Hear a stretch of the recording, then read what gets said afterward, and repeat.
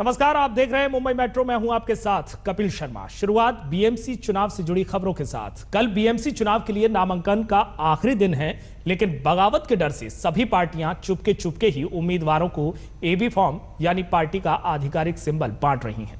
किसी ने भी पूरी लिस्ट जारी नहीं की है, फिर भी हर पार्टी के अंदर टिकट के दावेदारों के चलते घमासान मचा हुआ है।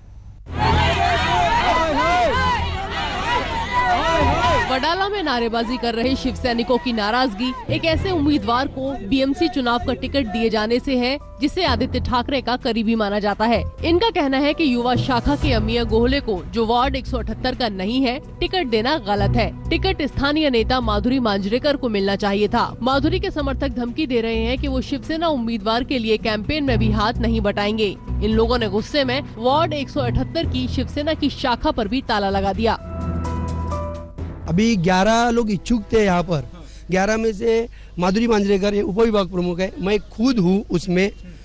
मैं चाहता हूँ क्योंकि लोगों में जहाँ आके आ रहा है उसी को आप टिकट दो, क्योंकि ये हमको हमारी यहाँ की सीट हमको लानी है। बोले है ना, वो कभी शाखे में दिखे ही नहीं, उसको ये इधर कोई पहचानता भी नहीं है। रात बेरात हम लोग घूमते थे, किसका कुछ तकलीफ दूर किया करते थे। माधुरी मैडम, शिवलकर, हाँ, दोनों भी फोन आया, वो लोग चलते थे, हमको फोन करते थे, हम लोग भी सोते सोते यहाँ रात को आते थे। भावना है यहाँ के कार्यकर्ताओं की कि टिकट जो मिला है वो यहाँ के जो कार्यकर्ता है, जो यहाँ पे काम करते हैं, उनको मिलना चाहिए, ना किसी भी ऐसे व्यक्ति को जो बाहर से आ रहा है। गुरुवार को मातोश्री में बगावत के डर से चुपचाप उम्मीदवारों को बुलाकर शिवसेना ने एबी फॉर्म भी बांट दिए। जैसे ये खबर बाहर आई, मातोश्री के बाहर भी टिकट पाने की आस लगाए बैठे नेताओं की भीड़ जमा हो गई। टिकट नहीं मिलने से निराश और नाराज नेताओं को ढांढस बंधाने का काम शिवसेना के सांसदों और विधायकों को दिया गया था। लेकिन शिवसेना को उस समय करारा झटका लगा जब परेल से शिवसेना के नगर सेवक बीजेपी में शामिल हो गए। उनके साथ शिवसेना के कुछ और स्थानीय नेता भी बीजेपी में चले गए हैं। भारतीय जनता पार्टी पारदर्शक, भ्रष्टाचार विरहित मुंबई महानगर पालिका बनाने के एजेंडे पर चुनाव में उतरी है। जो इसमें साथ देगा और जो इसके साथ लेना हमको संभव होगा, उन सभी को हम साथ में लेंगे। महापालिका चुनाव के लिए उम्मीदवारी दाखिल करने की आखिरी तारीख शुक्रवार को है, लेकिन गुरुवार देर रात तक कोई भी पार्टी अपने पूरे उम्मीदवारों की सूची घोषित नहीं कर पाई। इसके चलते कार्यकर्ताओं के मन में असमंजस है, जिसके चलते कहीं कार्यकर्ता आपस में ही भिड़ रहे हैं तो कई कार्यकर्ता अपनी पार्टी छोड़ के दूसरे खेमे में शामिल हो रहे हैं। दूसरे दलों से सबसे ज्यादा नेता बीजेपी के अंदर आ रहे हैं, पर बीजेपी के अंदर भी टिकट को लेकर खूब उठापटक मची हुई है। बुधवार को सोशल मीडिया पर बीजेपी की एक लिस्ट बाहर आ गई, जिसके बाद खूब धमाल हुआ। पार्टी ने कहा कि ये अंतिम लिस्ट नहीं है। बीजेपी विधायक अमित साटम और भारती लवेकर के रिश्तेदारों को टिकट देने पर भी कार्यकर्ताओं ने काफी बवाल किया है। भारतीय जनता पार्टी किसी भी व्यक्ति को परिवारवाद को चलते टिकट नहीं देगी, लेकिन जिन नेताओं के परिवार के व्यक्ति, बेटे या बेटी पार्टी का काम लगातार कर रहे हैं, उनके ऊपर अन्याय भी नहीं करेगी। और इसके कारण जीतने की संभावना 1, पार्टी का काम करने वाले कार्यकर्ता 2 और पार्टी के काम करने वाले कार्यकर्ता जिस नेता के साथ है उस आधार पर टिकट का बंटवारा करेगी। कांग्रेस के अंदर भी टिकट को लेकर खूब घमासान मचा हुआ है। गुरुवार को संजय निरुपम और गुरुदास कामत गुट में भी झड़प हो गई। सूत्रों की माने तो टिकट बांटने को लेकर बंद दरवाजों के भीतर हुई कांग्रेस की मीटिंग में कपड़े फटने तक की नौबत आ गई।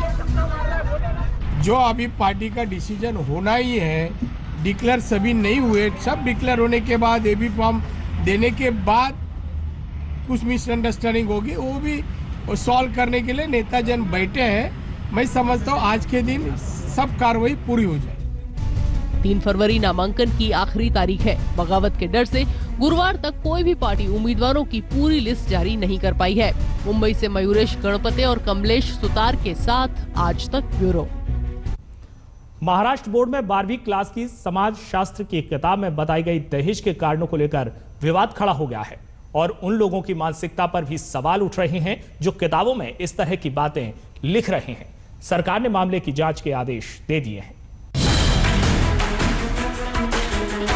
किताबों को ज्ञान की खिड़की कहा जाता है, पर कुछ किताबों में ऐसी बातें लिखी हैं जो बच्चों की सोच को पीछे ढकेलने का काम कर रही हैं। यकीन करना मुश्किल है, पर महाराष्ट्र बोर्ड की 12वीं क्लास की एक किताब में लिखा है कि बदसूरत लड़कियों के माँ बाप को उनकी शादी में दहेज देना पड़ता है। किताब में भारत की बड़ी सामाजिक समस्याओं नाम से एक अध्याय है, जिसमें लिखा है, अगर लड़की बदसूरत और विकलांग हो तो उसकी शादी करने में बड़ी परेशानियां आती हैं। ऐसी लड़कियों से शादी करने के लिए दूल्हा और उसका परिवार ज्यादा दहेज की मांग करता है। फिर मजबूरन ऐसी लड़कियों की शादी के लिए उनका परिवार लड़के के परिवार की मांग के मुताबिक दहेज देता है, जिससे समाज में दहेज प्रथा बढ़ती जा रही है।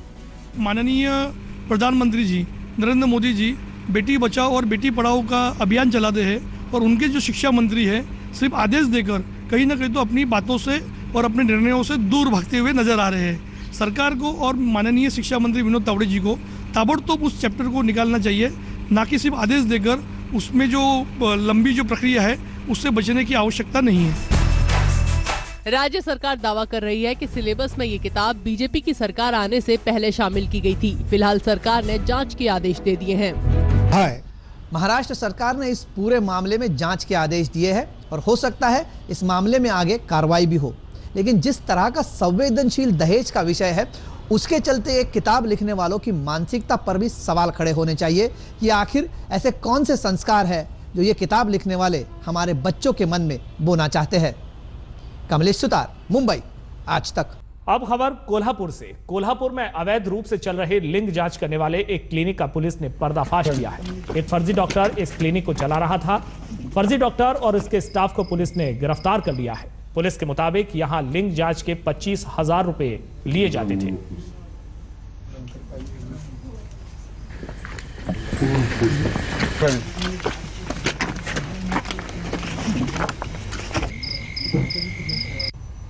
तो मुंबई मेट्रो में आज के लिए बस इतना ही, लेकिन देश और दुनिया की तमाम खबरों के लिए आप देखते रहिए आज तक।